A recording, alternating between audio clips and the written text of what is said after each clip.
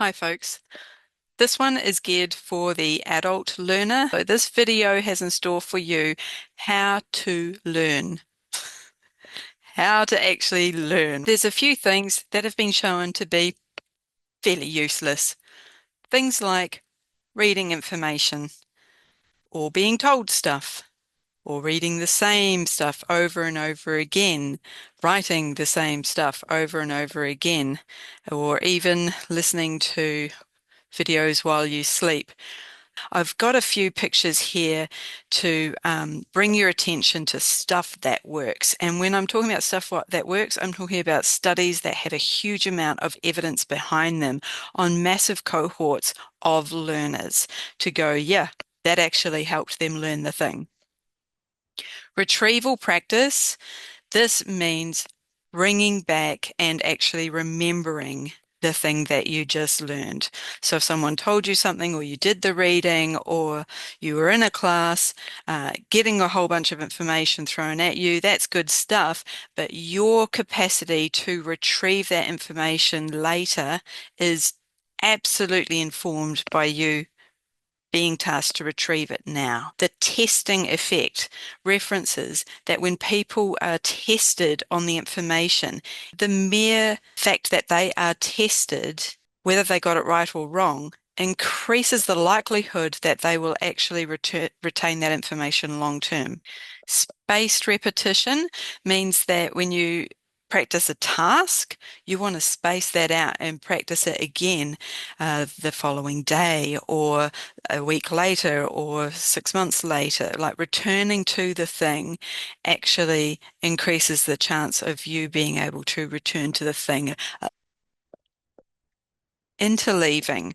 This is where you are learning two different topics or sub-elements of a topic and combining them together during your learning process. So you're taking separate things, different things, and bringing them together. This is like those mastermind association tasks where you have to recall a bunch of words and you associate each word with an image or of an object. Then you're going to increase the likelihood that you're able to retrieve that information later, particularly if it's something that you can actually visualize, right? So if I need to remember the word six and I associate the word six with tomatoes, big red tomatoes, I'm visualizing a big red tomato, and then later when someone asks me what was that number, I remember much more easily that it was six because I can think of the tomato. Varied practice. Now, varied practice means you're mixing it up. You're doing a little bit of this, a little bit of that. You're not doing the same thing over and over again. Doing the same thing over and over again is not going to get you the best results. Doing things that are slightly different and mixing up your practice so that you're learning about this information and then your brain gets tired and you get exhausted and it's been 12 minutes, then change the topic and maybe have a glass of water in between those two things or get up and move, right? So all of those get up and move, do stuff to learn, making sure you're hydrated. These are all excellent mechanisms for making sure that you're in the best possible way to learn. Also, make sure that you've had enough sleep last night, ideally more than 6 hours for adults. Elaboration. Elaboration is a task where you have got a bit of information and you build on that. You elaborate. You build on what would that information look like in a different scenario? What would it look like if I added in a different variable? Or if I didn't have those resources or those bits, right? So by simply getting your brain to elaborate and imagine how this information applies in a different setting or with different elements is going to help you to remember that thing and to know it more deeply. I mean, this is really the essence of social constructivist learning theory, and you can see in that bottom right corner, the book Make It Stick, they go into all of these kinds of elements that I'm alerting you to now. Also, there's the generation effect. It's the act of trying to recall information or generate an answer before you are given the actual answer. This leads to a better retention of information compared to simply being presented with an answer. Deliberate practice involves focused, intentional, and effortful learning with the goal of improving performance. It's essential to practice skills at or just above your level of ability. And if you can get some feedback along the way on how you are doing, how you are going with your knowledge and your application of knowledge, maybe it's a procedural skill, maybe it's for understanding a concept in philosophy, whatever the information is that you've got to retain. You need, when you're seeking feedback, to have some clear expectations about where the bar is and where you are in relation to that bar. Getting effective feedback can be as much about asking the right kinds of questions as it is identifying someone who knows this stuff and knows where that bar is that you've got to reach.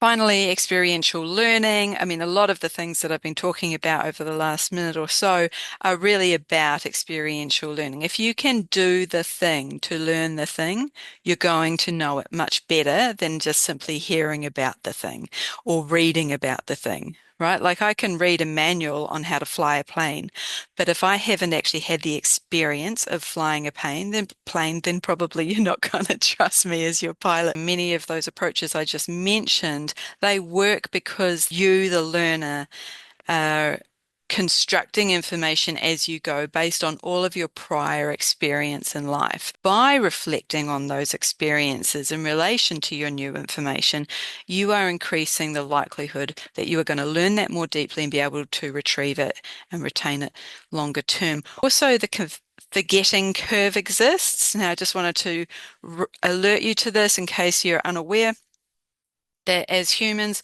we have a whole bunch of information coming into us every single day, and our brains have got to figure out which bits matter and which bits are worth holding on to for later. If we get a whole bunch of new information, we are likely to forget most of that very, very quickly. But if we interrupt our rate of forgetting, then we are going to increase our capacity to hold on to that information for longer. We're telling our brain, by interrupting that forgetting curve, we're telling our brain, no, no, we need that information.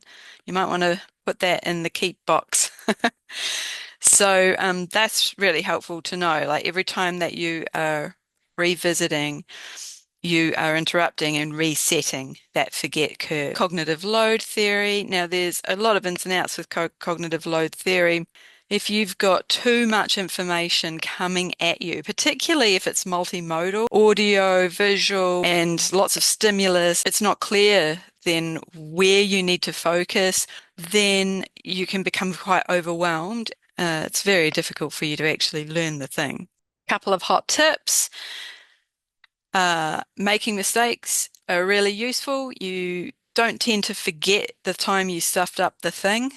So don't see it as a bad thing that you stuffed up the thing. See it as a good learning opportunity. You're like, yep, now I know. Now I don't do that thing. Don't do that. Make sure I do that next time. Great. Also, having a growth mindset is just really helpful for your well-being in general, but certainly it is helpful for you to get into a learning mindset, right? Like actually believing that you can learn the thing and being motivated and finding what it is that speaks to you, that resonates within this learning material, is going to help you to enjoy it, and that's going to help you to engage, which is really the most important aspect for learning. If you're not engaged, then you're not learning. If you're in a classroom setting, there's a whole lot of research around if you do some little drawings around key concepts, or if you use mnemonics, or if you do those word associations like I mentioned with the number 6 and you guessed it, tomatoes, then you're going to be able to remember the stuff more easily. Also, I find it's really helpful to write down your question, right? Rather than just all of the answers that the teacher may be giving you, write down the question that you had when you went, oh, what about this? Write that down. And if you get the opportunity later to ask the teacher the question, then great. But if you don't have that opportunity, then it's a great starting place for when you come back to do your spaced repetition or your retrieval practice to go back to it and go, oh, okay, I'm going to dig a bit deeper on that because I had this question about this information. Yeah, so that's super helpful. Check your knowledge, check your understanding along the way, and apply your new knowledge to the old knowledge. So take time to reflect on how this new information fits within your lived experience. By doing that, you are actually fostering those neuro links that you want to deepen. I've also got a few provocations that I'm going to leave up on the video for you, and you can have a little think as it flicks through. You can have a little think about how those provocations relate to you and your learning journey and the strategies that you resonate with or want to lean into. And all that remains is to wish you very well on your learning journey. Cheers.